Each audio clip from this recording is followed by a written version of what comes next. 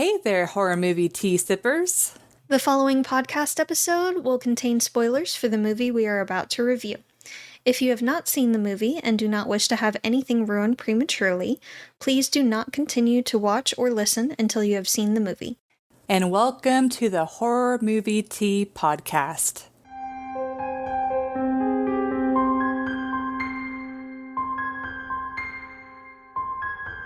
Today we are covering the Autopsy of Jane Doe, which we requested ourselves.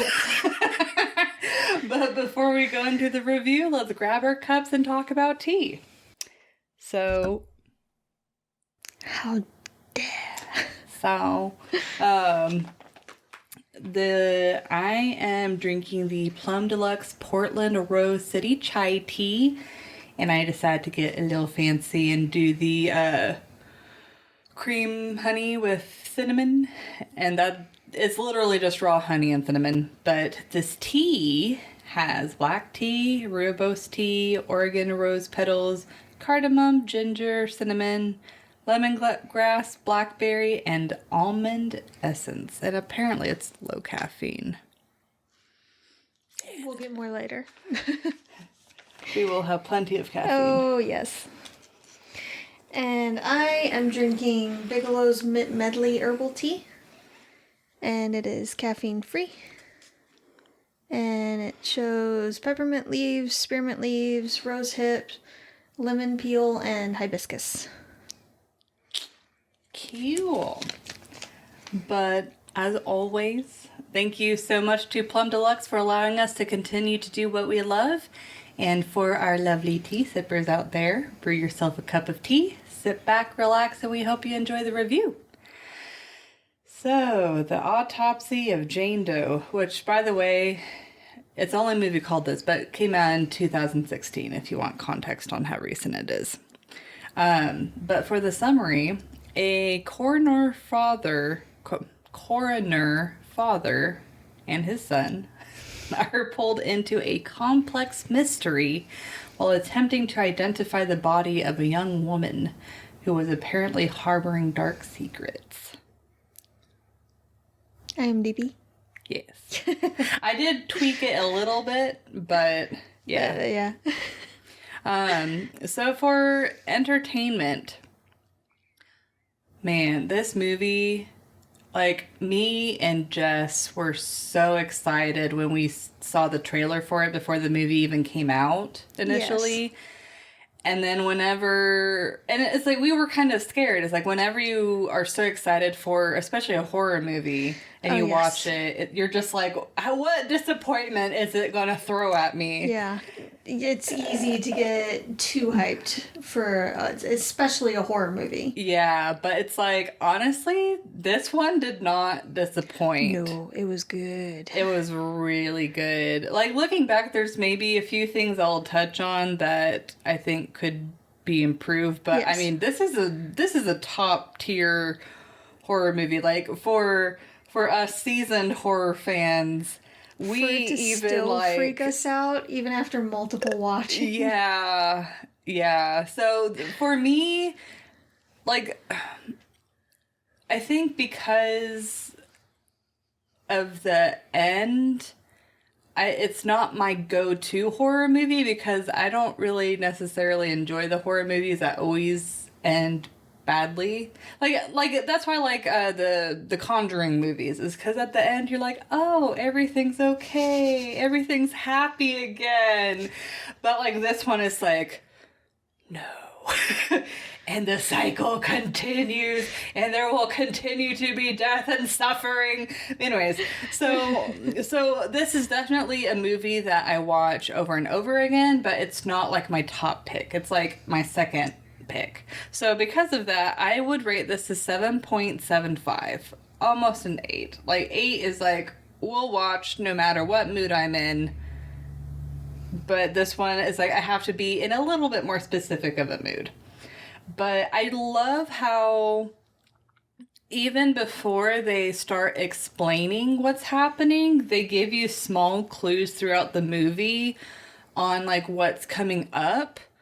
Like especially like in the beginning where where they talk about like what happened with the family and like how gruesome and stuff it was, is like, there's some sort of curse or something around that corpse, but you don't know what exactly it is. And and the fact that like the cops in the beginning, they say like, it looks like they were trying to leave, not break in. So they do like little clue things like that. It kind of like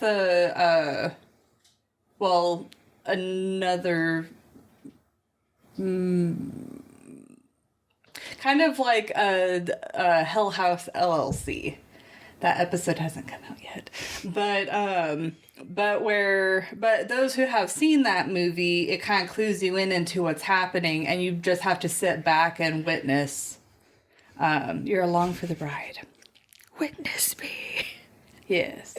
And I do like the fact that they mention her body composition. Like they said that her waist was more narrow, and especially finding out the time period that she was alive, it's like, oh, that could be a corset. But it's like they didn't obviously be like, oh, she used to wear corsets and that's why her waist is narrow. It's like they just kind of throw little bits of information. Yeah, they sat there like, that's kind of weird.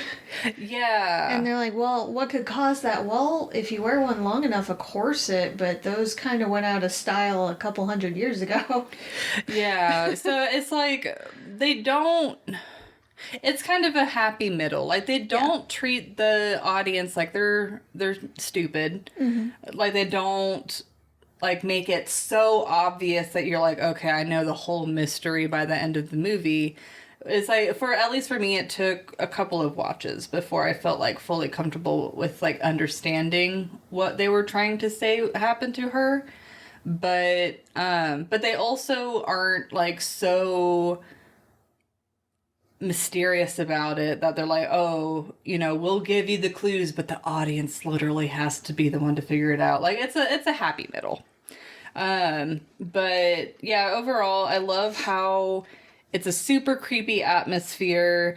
They play upon, some of I think our deepest rooted like instinctual fears of like corpses and stuff like that. And so it's like they play upon that fear, but then also like have it like a mystery. And to me, that just keeps the film like really interesting to watch, and it makes you want to continue to watch it despite hearing the little bells tingle of the corpses walking around. My stomach still drops whenever I hear that when I'm watching the movie. And then the part that gets me is like when you see the shadow under the door. Oh my god, that gives me goosebumps every single time. Or when you see a figure in the mirror in the corner of the hall. Yeah, yes. Yeah, they do some really good... They do good. I feel like there's subtle scares too. Like there are some jump scares, but there's a good amount of subtle scares too. Yeah. Like it's not like the most subtle of subtle scares, but it's at least not like, let's cue the music so you need to be scared. Yeah. Like it's a lot. They ramp it up. Yeah. And they build to it. Yeah. So and then of course like you can always discuss, since it talks about witches, can talk about like it kind of brings back forth the tragedy of the Salem witch trials and stuff like that. Now the things that were done to her, we didn't actually look up to verify, but from my understanding, I've read a book about a historian talking about like the social statuses of the witches that were killed. But anyways, from my understanding, it was more like crushing, hanging, drowning. At least in America, stuff at the stake wasn't very common. That was a Europe thing. Yeah. Particularly, I want to say it was France. I looked it up at one point. I'm pretty sure it was France. I mean, with Hunchback of Notre Dame, that fits. It fits. Tracks. Yeah. But, I know they were saying it looked ritualistic and almost like torture. Like they were trying to get a confession or something out of her. Yeah. So it's like... those weren't the methods that you and I had seen, at least in our reading. But it still would kind of make sense for the most part. Yeah, like, it fit the witch narrative. Like, it didn't feel super out of place, but it wasn't necessarily like, if it did happen, hers was one of the few very unique scenarios where, like, all of the things that were done to her that way. Yeah. But yeah, that's all I got. So I give it an 8. I did take off a little bit for cat death. Poor Stanley did not deserve that. Yeah. Just because he knew too much. At least I like the way that they kill off the cat. It's not too bad. It's like the cat's injured and then they... It's sad. It's awful. You can tell he's really hurting, and they do put him out of his misery, basically. Yeah. It's more of a mercy killing at that point, but it's still very, very, very sad. And that cat was innocent. Cat did nothing except hiss at the body because it knew something wasn't right. Yeah. So rude. But it's a really solid movie. They use a lot of the environment to good effect. Like really good effect, like the mirrors in the corners. Yes. And just the atmosphere of the morgue itself. I like that they kind of set it up, because even before that happens, they're like, oh, here's a mirror, and it immediately makes you wonder, uh-oh, like, what's good up here in the mirror? God. I hate that. So they already, like, set it up for you to be apprehensive. Yes. And morgues, in and of themselves, are just kind of inherently dark feeling. Yeah. Kind of creepy. Just feeling not a good place to be. Yeah, it feels off. It does. There's a lot of death and heaviness. So it's very easy to feel uncomfortable in that kind of environment. And they use that in this movie quite well. Yeah. So when, like, the doors start opening, the doors to the fridge for the bodies... Or when the lights kind of flicker, you're like, don't like that. Because they're down in like a sub-level. It's a basement kind of area. So there's no windows or anything to the outside to let natural light in. There's just the fluorescence. Yeah. Which I think was brilliant of them to have it in an actual basement rather than... I mean, it's like... Maybe for the mortuary part, it tends to not have... No, but I like some... No, never mind. Anyways, I was going to say, like, I don't know if it's common practice for those areas to not have windows, but... Which would make sense, because it's like, you don't want someone to peek in and be like, oh, look, there's... Well, that, and if a window breaks, then it could cause environmental factors that... cause issues with the body and preservation of the bodies. Yeah. Which I know morgues don't typically do the preservation itself. They are a crematorium as well, but it didn't look like they were a mortuary place. I want to say the sign said morgue and crematorium. Yeah, like it seemed to be... And we were kind of talking about this after the movie, but like a coroner tends to be, that's the person that determines the cause of death. And so it was a little bit confusing that they're like, oh, made it very obvious that this is a coroner. This is why the cops are bringing bodies to them to investigate, but yet they're also a crematorium and a morgue. I don't know. Well, they were a morgue, but not a mortuary, so I don't think they handled any funeral arrangements. They might have determined cause of death if it was a suspicious death, and then sent it to whatever funeral home they were supposed to be going to after. Yeah, but then it's like the crematorium is where I'm like, well, at what point? Because Well, so the state will occasionally get bodies that have no next of kin. And oftentimes, instead of burying them, they'll cremate them. okay, that would make sense. So it's handy to have, and they could have a side kind of thing for those that want to have just a small gathering at like a funeral place and then have the cremation there instead. Yeah. And just do a very private, small cremation and then get the ashes from them. It seemed like a small town, so Yeah. a lot of businesses double as a couple other things, but That's fair.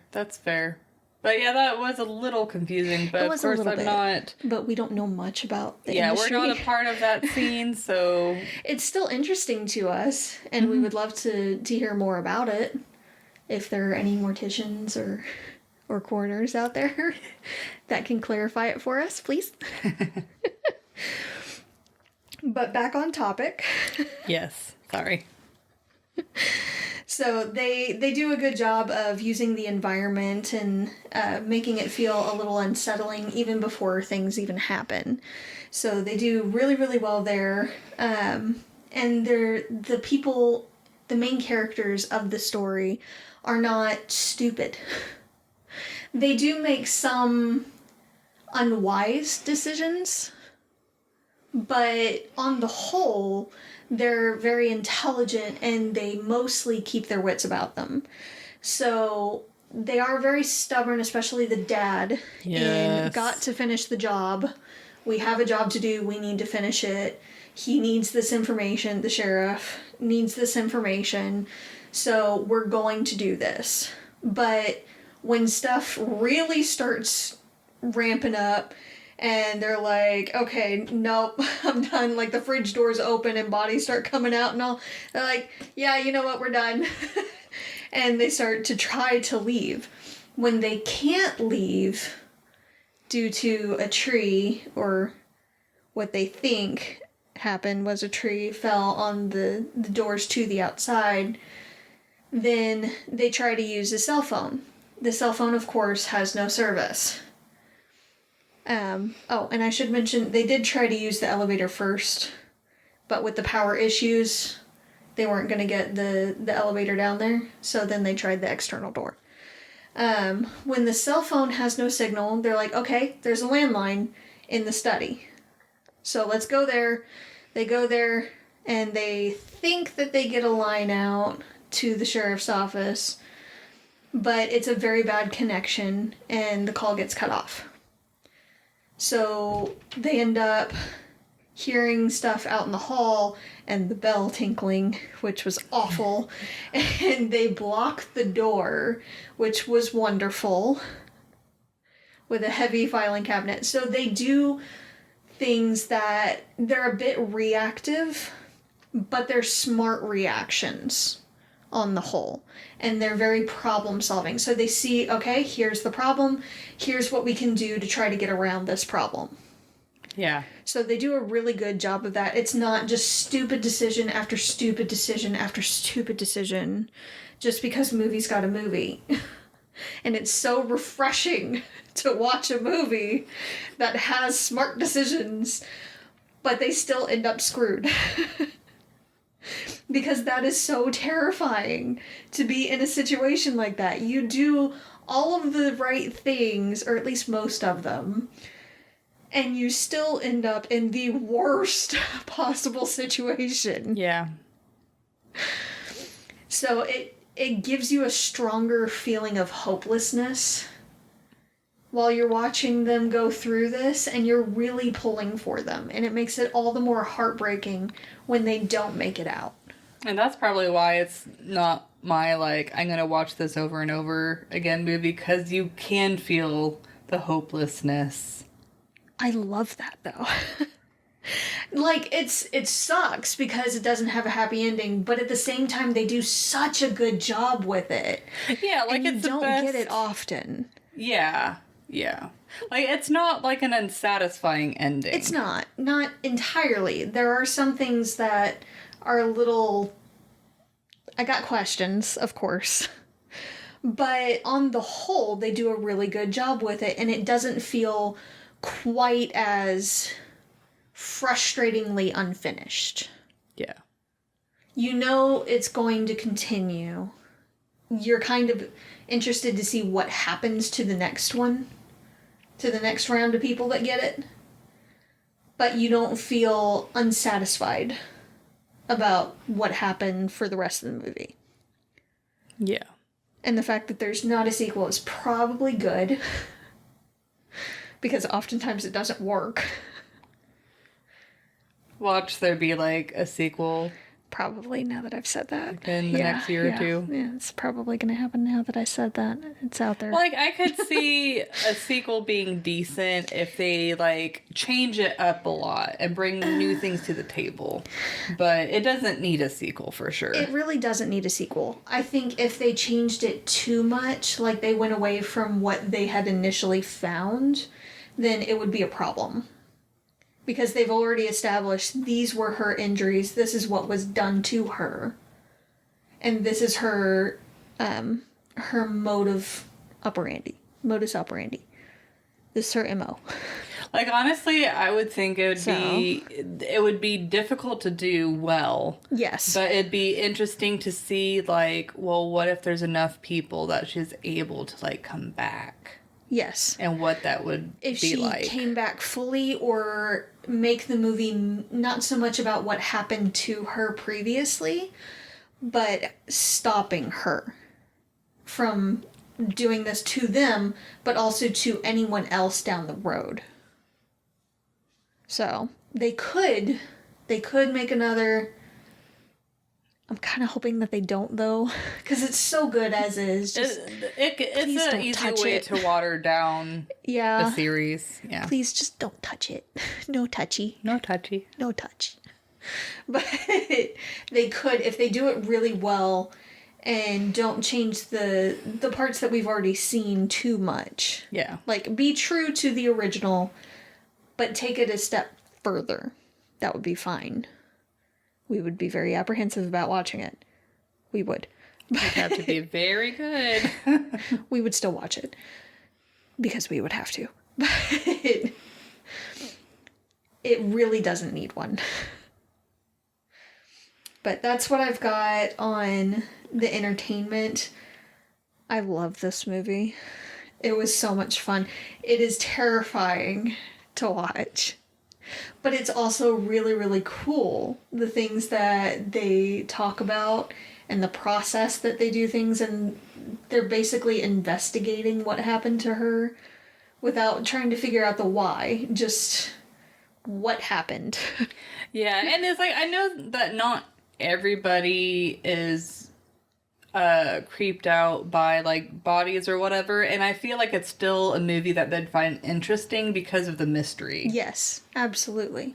So it's like, I like movies like that where it's like, if that's not your niche horror, you know, whatever, then you'll at least still find it interesting because there's this other element to the movie. It's a technical aspect that's really interesting. Yeah. Yeah. So, let's go ahead and move on, though. Yes. So for realism, this one's a really difficult one because it is. It feels in the realm of possibility, but there are, relatively speaking. Yeah, we have to allow for, like, the supernatural occurrences of her being able to manipulate dead bodies and electronics. Yeah. Well, so for realism, I would give it a 3. I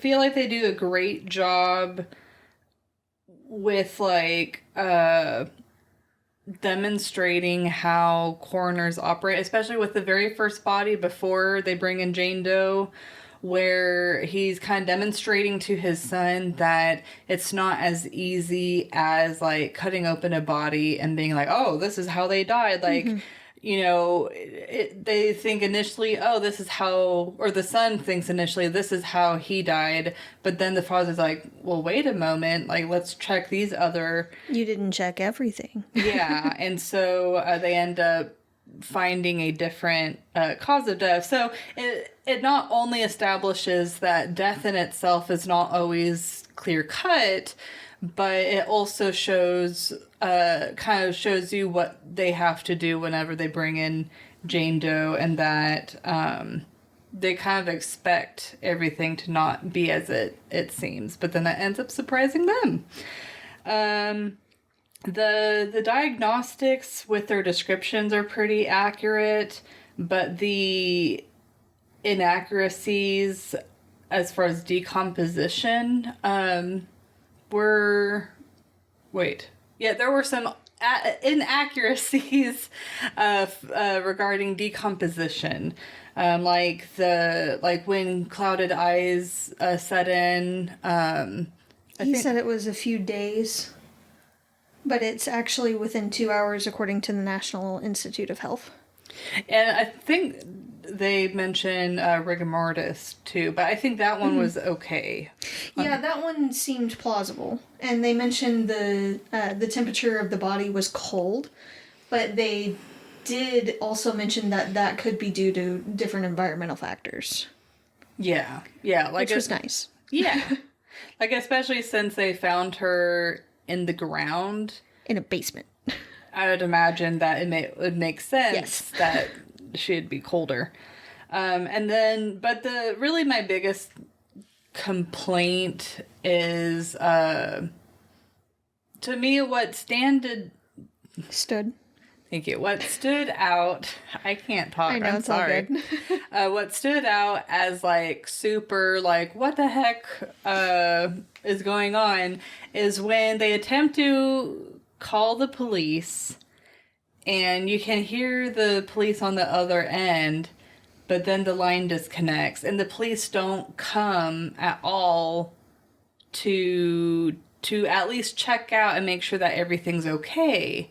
The only thing I can think of that explains why they didn't is if that call actually never happened. Mm-hmm.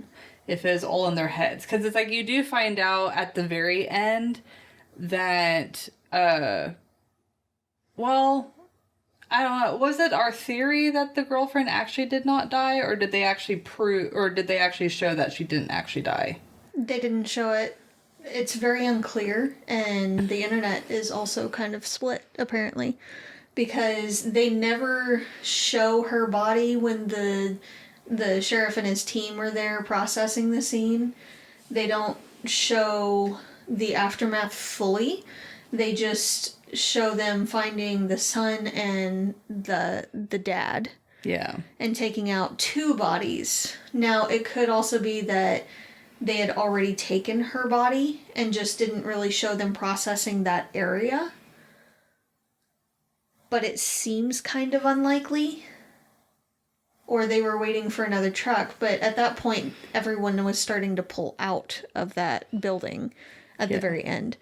Like, the truck with the 2 bodies was driving away, and they were, like, closing the gate. So... Yeah. But regardless, like, even if whether or not the girlfriend actually died or not, they were seeing bodies walking around. So I feel like that's at least brings into question enough that it's possible that the call may not have happened at all. Well, that and the fact that the tree was fine at the very end. Yeah, that's true. When it was supposed to have fallen and was the thing that was blocking the door to the outside. Yeah. And he was hearing, like, they were having auditory hallucinations as well, because when the kid thought everything was over and he thought that they were cutting away the tree from the door, he said, "Open the door, just let us in." And then he started singing that song that kept coming on the radio. Yeah. So. Yeah, so... They were very unclear about certain things. Yeah, for me, it's almost kind of like Oculus, which we haven't reviewed Oculus yet, but it's like where you kind of question what you're seeing is actually happening or not. Yeah. So it's one of those movies, but it's not as bad as like as confusing. I don't know. To me, it's like I still felt satisfied what they do or do not prove as like being shown, because you're really just witnessing what these characters are going through. But yep. So I'm gonna be a little different this time. I'm gonna give it a 4. I think they did a really good job. They did have some inconsistencies with like the cloudiness of the eyes and things like that. But they do a really good job with other things, mentioning the cause of death of that first body and how they found it and how they could tell that it wasn't just the smoke inhalation and everything. They talk about rigor and the temp of the body being colder than they expected, but it could be due to environmental factors where they found her, what happened before, which they're trying to figure out what happened to the body anyway. They mention with everything, every weird thing that they find with the body, they're like, this doesn't make sense. And they question themselves and the body and like how this is possible. And that's when they start realizing that there's some weird supernatural things going on with this. And that's when like the lights start kicking out and the doors open and everything. So up to that point, they do a really, really good job, like with the shattered joints. There should have been bruising and external signs of the shattered joints. They open her up and see the scar tissue of multiple stab wounds on the organs, but absolutely nothing on like the muscle tissue or the skin that would indicate that she was actually stabbed. They see her lungs have been burnt basically to a crisp, but the rest of her body's fine. And the dad is like, she could smoke, I think he said like 10 packs a day for 30 years or so and still never come close to this level of degradation in her lungs. So they do a really good job of seeing all these strange things and mentioning, you know, this isn't right, this isn't normal, why doesn't it show external signs? She looked basically flawless when she was brought in. So to see the level of damage, and then to say, imagine if all of the internal things we've found showed or presented like they should externally, what would she look like? And the son responded, she'd be mangled. That's accurate. So I love that they mention that and they don't just write it off. Yeah.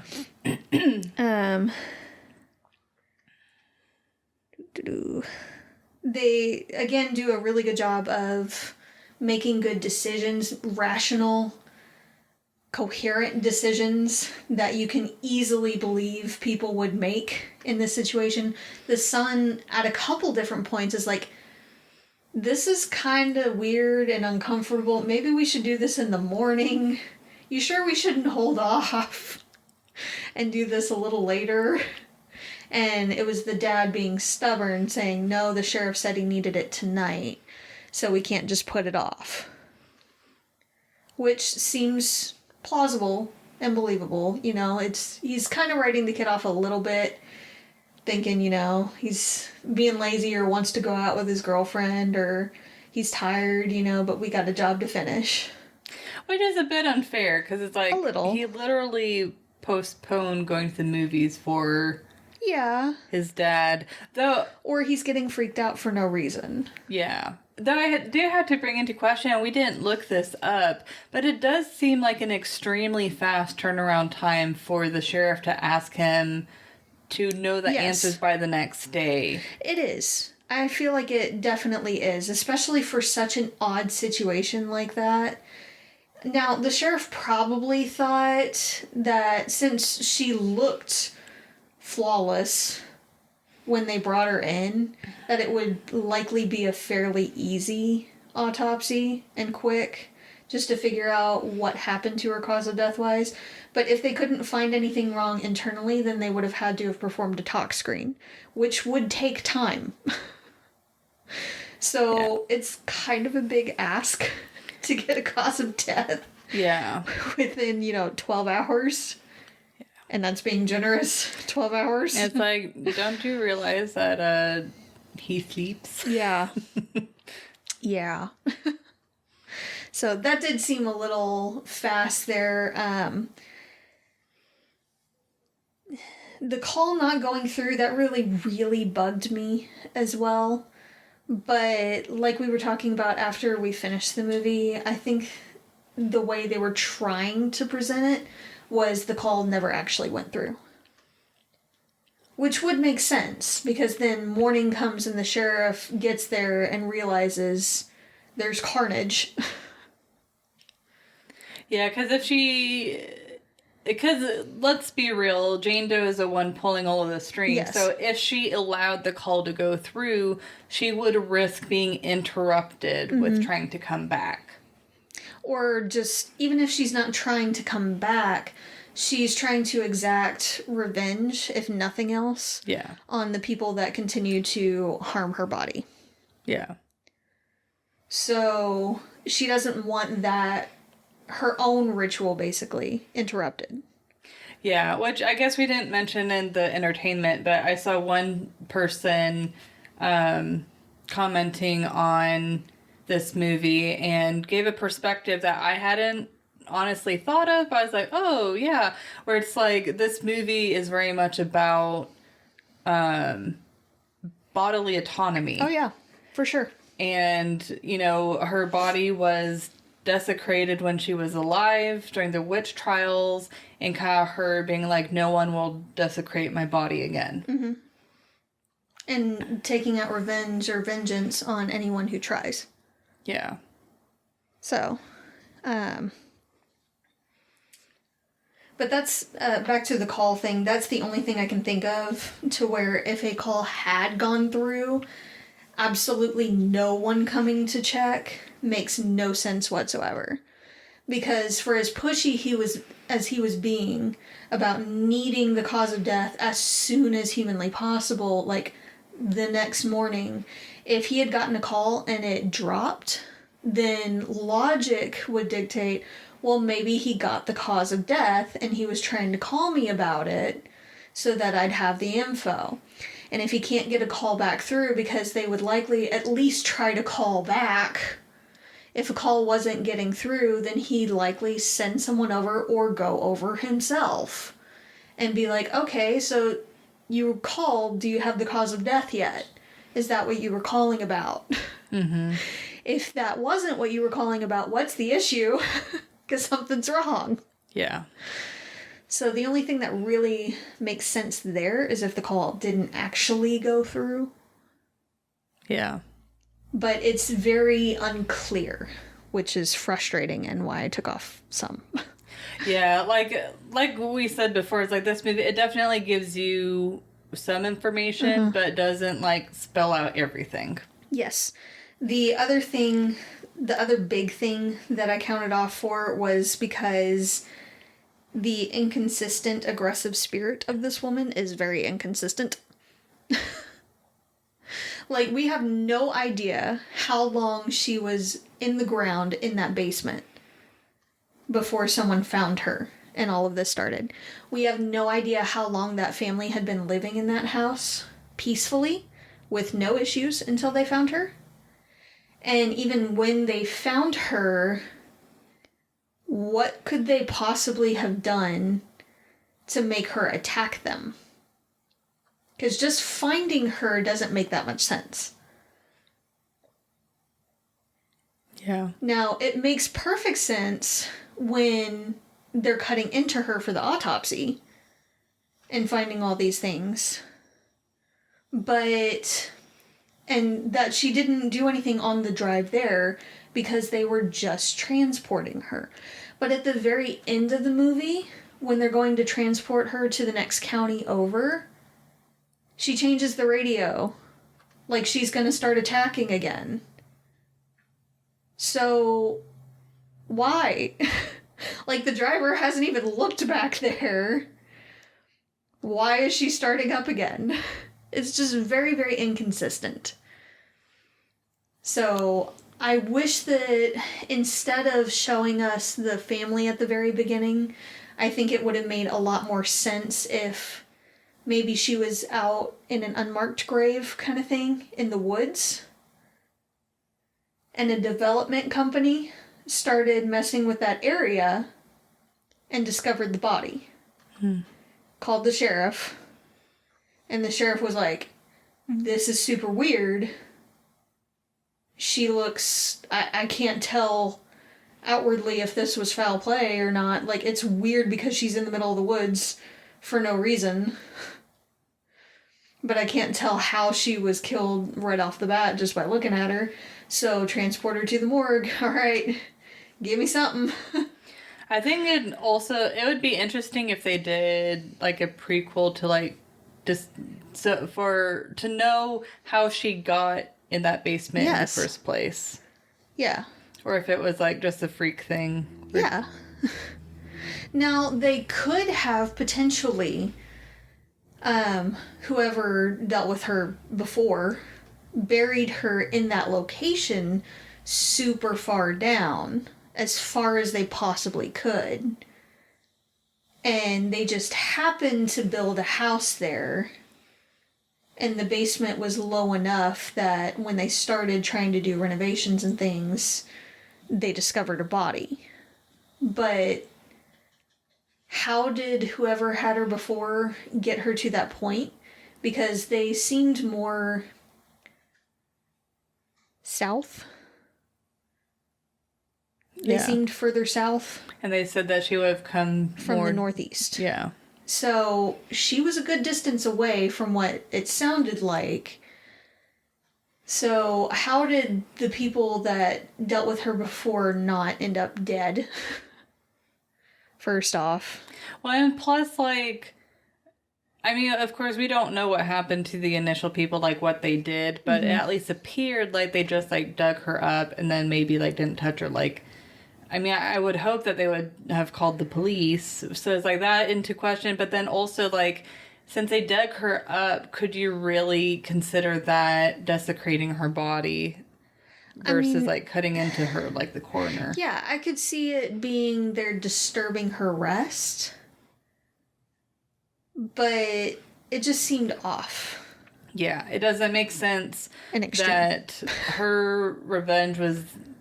over the coroner over, like, cutting open her body, causing her pain, you know, but then the previous people, it didn't really seem like that was the case at all. So, I don't know. So, it just seemed a little inconsistent and extreme. Yeah. In some places. So, I wish they were a little less vague on those things. I feel like it would have made it a little bit stronger of a movie. But that's just me, personally. Yeah. But overall, I mean, otherwise, with the medical and technical aspects of it, it was fairly accurate. There were a few inaccurate things, like the cloudy eye bit and all, but it wasn't terrible. Yeah, like overall... I definitely feel like it's a movie worth watching. Oh, yes, definitely. It might not be everybody's cup of tea. I can see that. But at least, you know, it's got multiple parts in it. So I feel like it can help encompass a wide range of horror fans. But Thank you so much for joining us today, and please comment on what you thought of the movie. If you'd like to recommend a movie, game, or tea and keep up to date with our content, you can find us on YouTube, Twitter, Instagram, Facebook, and most places you listen to podcasts. But I also want to shout out that I was trying to figure out when to bring it up. That's why I was like rushing and like, let me pop in before you say your spiel. But anyways, we now have a public Discord server. The movies coming out this month, most of them, were voted upon by our lovely horror movie tea server community. We, for the meantime, because of a certain co-host coming, will not... Alexa, turn off. Due to the little tea sipper in the making. Yeah. We have scheduled out our episodes for a good bit. Yeah, so we will once we are back in the groove of things, we will then reconvene polling. But if you want to connect with other horror movie fans, we also have like a video game channel and movie stuff like talk that. channel, Yeah. TV show talk channel, so like horror TV shows. Yes, and then you can also see more frequent updates of like our live streams. We also have a section that literally just says, here's the upcoming months, like movies. So, because on our socials, it's kind of hard to plan that stuff ahead of time. So we're not super good about doing that. And we both have lives outside of this. Yeah, so with Discord, it's just way easier to just pop in there, and that way we can edit it as needed. But anyways, point is, if you'd like to have a horror community like we are trying to get, then think about joining our server. And if you'd like to support the podcast, please subscribe, like, and share our content. If you'd like to support us monetarily, we have a Teespring and a PayPal, or we have our affiliate link with Plum Deluxe. It does not affect the price of the tea at all. It just allows us to continue to do what we love. You can find all of the sites mentioned linked below, including Discord. And until the next time, guys, stay safe and stay spoopy. Bye! Bye.